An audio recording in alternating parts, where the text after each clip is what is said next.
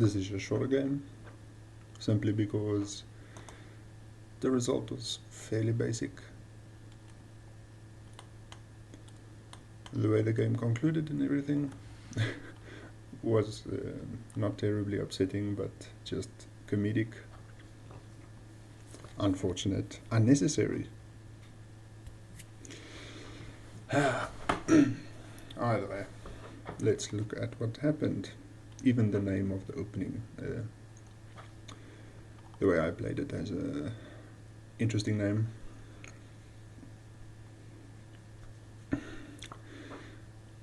Typically this would be called a tragicomedy.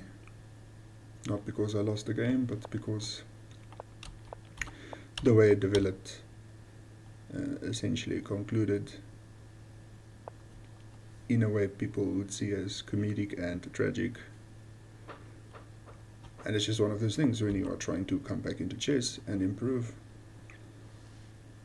So for the position we have in front of us, the standard English opening,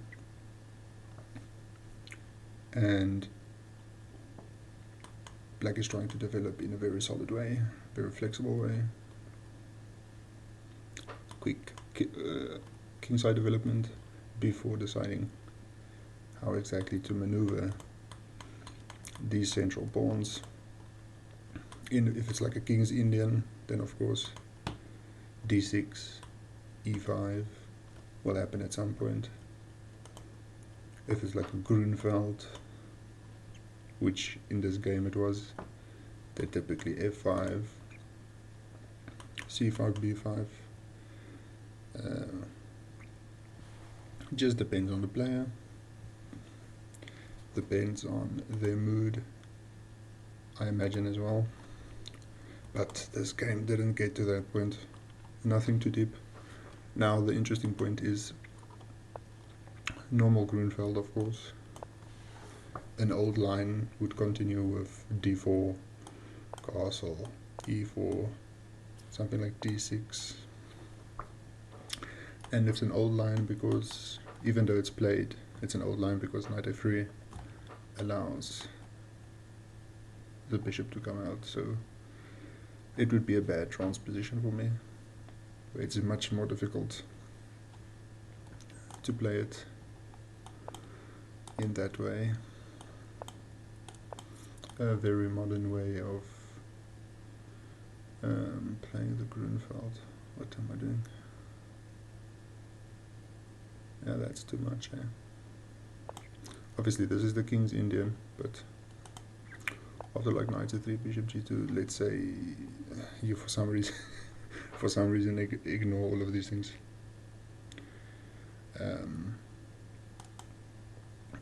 The main point would of course be standard Grunfeld, very direct. Used to play for d5 very quickly. So in this position, as you can see, it's very similar. So you play e4, and now there's no d5. So it's literally called the anti-Grunfeld defense of the English opening Anglo-Indian defense variation. Sophisticated stuff. d6, possibly preparing the bishop. Also probably not just immediately developing the knight. Normal moves preventing the bishop move. Seeing what my opponent is going to play. I'm not even sure it's a bad move or a good move, you know, it's just maybe, I think it's practical to prevent standard ideas if you're going to play the English standard ideas against what your opponent is used to playing against d4, especially when they play so directly with a different opening in mind. g3, forcing that systematic approach in the English opening instead of just transposing to standard things like d4, maybe b3, very offbeat.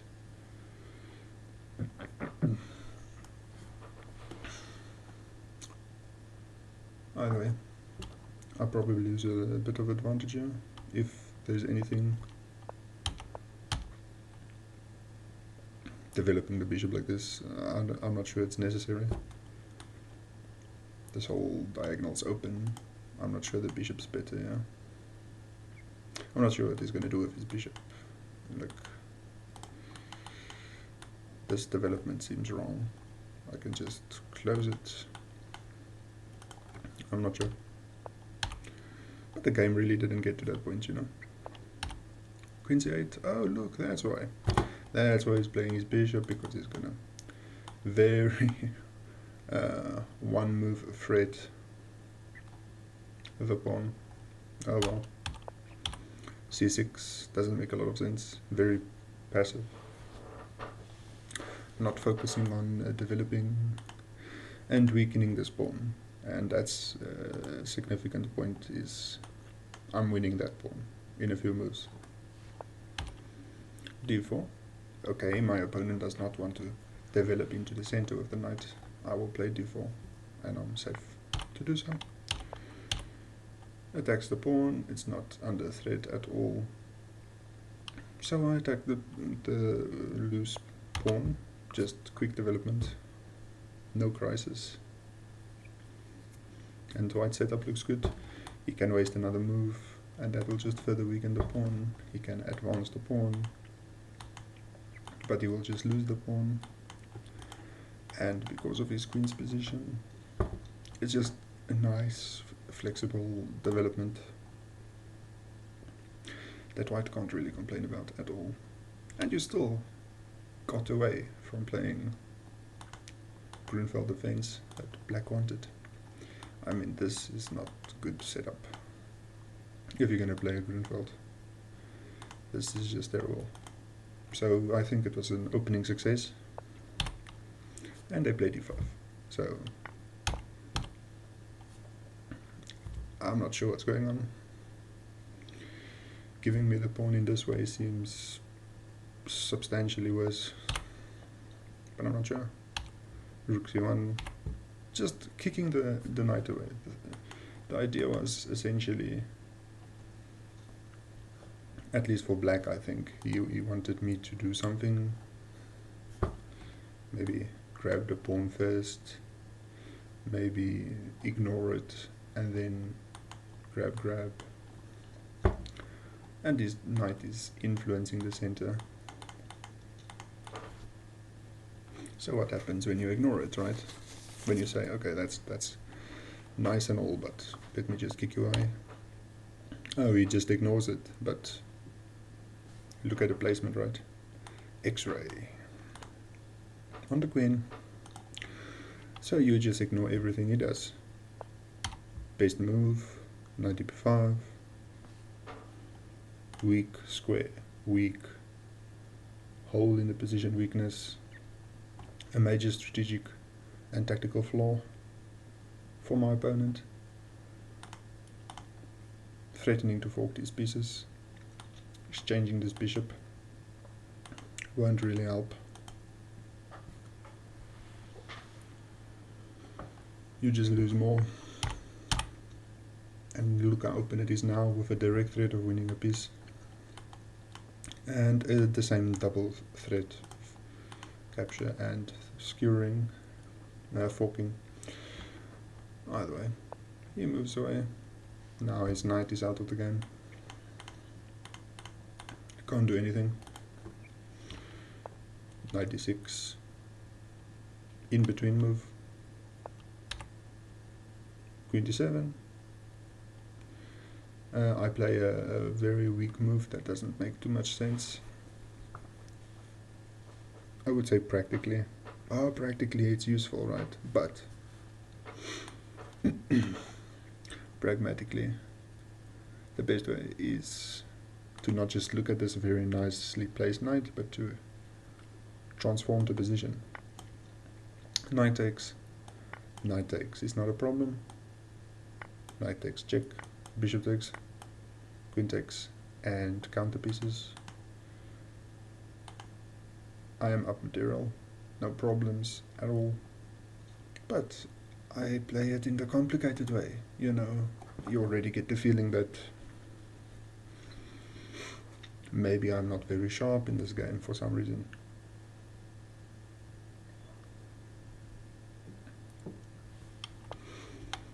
Okay, g5, deflecting my bishop from the defense of the isolated knight. But it's not enough, you know.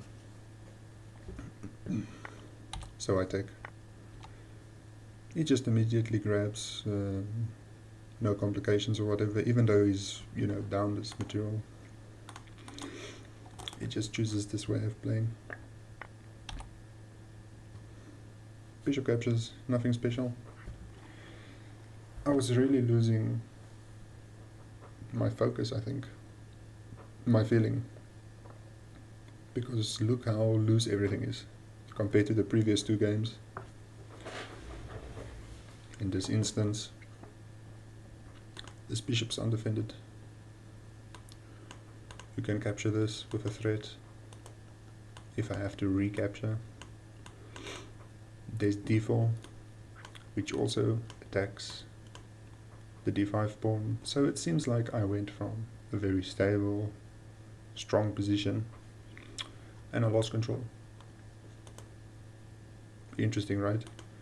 If I exchanged the knight, I wouldn't be talking about this. Even though this knight is weak, it's totally winning for me, but psychologically and practically, it's just annoying to have to even think about this, especially this idea of the rook infiltrating, being supported by a pawn and a bishop, and then losing this pawn. That's not a good idea. But okay, I react to it, right? Knight takes, bishop takes, rook takes. It's an obvious move. The bishop's undefended, but the bishop can serve an active role and come back. Keeping an eye on the square. And also obviously attacking this pawn. This pawn's undefended, but I win time if you were to capture 1b2. Bishop b5, and you have to think to yourself, right? What is my opponent's threat? I was thinking about it. I was sitting here thinking, noticing very strangely all of these pieces are starting to point at my king. That's almost a threat, you know, to capture. And especially this queen and this rook. And then when you notice that, right, you think to yourself, oh, okay, queen h5. I defend h3. I prevent rook h4 because it's supported by the bishop. But that's not what happens. So even though I'm in a totally winning position, I capture the useless knight. Black doesn't care if it gets captured, it does nothing. And it's a miracle that I'm not just losing, right? It's just a draw. Oh dear. So queen h5, and I don't know what this computer suggestion is, but yeah, queen h5 is what I was thinking about, and then in my head, instead of playing it, I was like, I have time after capturing, I don't know, something like this, because I didn't really think about the fact that the queen will coordinate with the rook. So that's what I missed. I didn't think about it for just a moment longer. So in a matter of 31 seconds, while thinking about these things, I just draw the game. And I almost thought I was losing. So rook h4, so I don't know how my opponent went from playing in this very strange way and then magically finding this. Some concerted reorganization and fighting spirit, perhaps, who knows. Rook h4, magically I survive. If I realize it's just a draw. If I try to play for a win, then the queen will just mate me. King g2, captures, king f3, and then this. Anything else obviously loses for black, almost. Like, you know, if for some reason I come here and they play back, it's almost lost. It's not too soon to lose. If you are white, obviously there's this. There's also obviously playing like this to remove the queen. So I went from previous games proactive, thinking about how I can be attacked, and then this game in the same tournament. Minutes later, 20 minutes, 40 minutes, all of a sudden I can't think like that. I make this big mistake.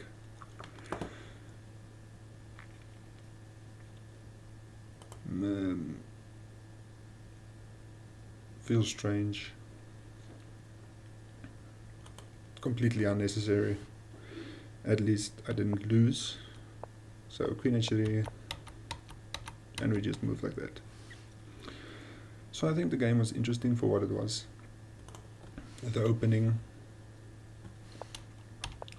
I was surprised I played the opening as well as I did. It's not something I usually play, and it's not something I am aware of that well, so a lot of it was figuring out while I was playing. One can make the bigger analysis, the deeper analysis, and say that in similar positions, let's go to the beginning where white plays e4, e5, what's this nonsense? e4, e5, okay, and you have some kind of Italian for some reason, right? Bishop c5, yeah.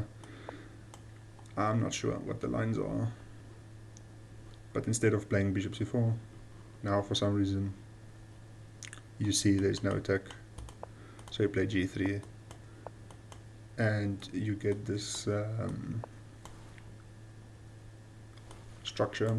I think Firouzja played it as well, and you will notice this bishop is pretty weak if you go really deep into it, right? The different setups for the fianchetto, the flank development of a bishop in a hyper-modern style, and that's maybe why g3 is not so good, because literally, look what happens, e5.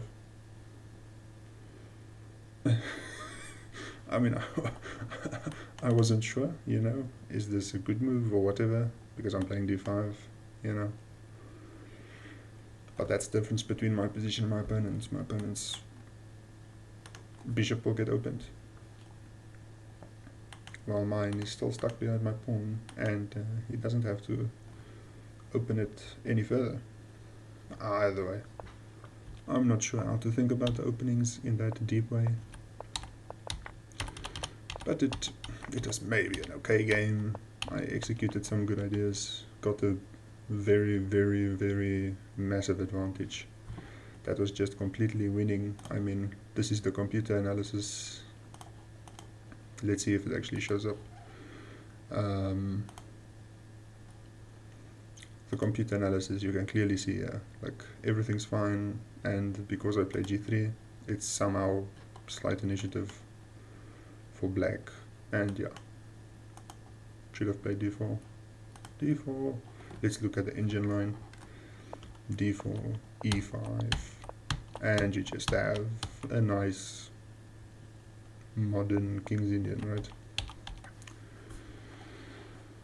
But anyway, the rest is just equal after you play e5, so it's something to think about. And again, just looking at this, you can see I have a massive advantage. Like, I have no reason to play rook a1. No point at all, and my advantage dwindles there. until we get to this point. All I had to do was play queen a5. Tragicomedy. Tragicomedy.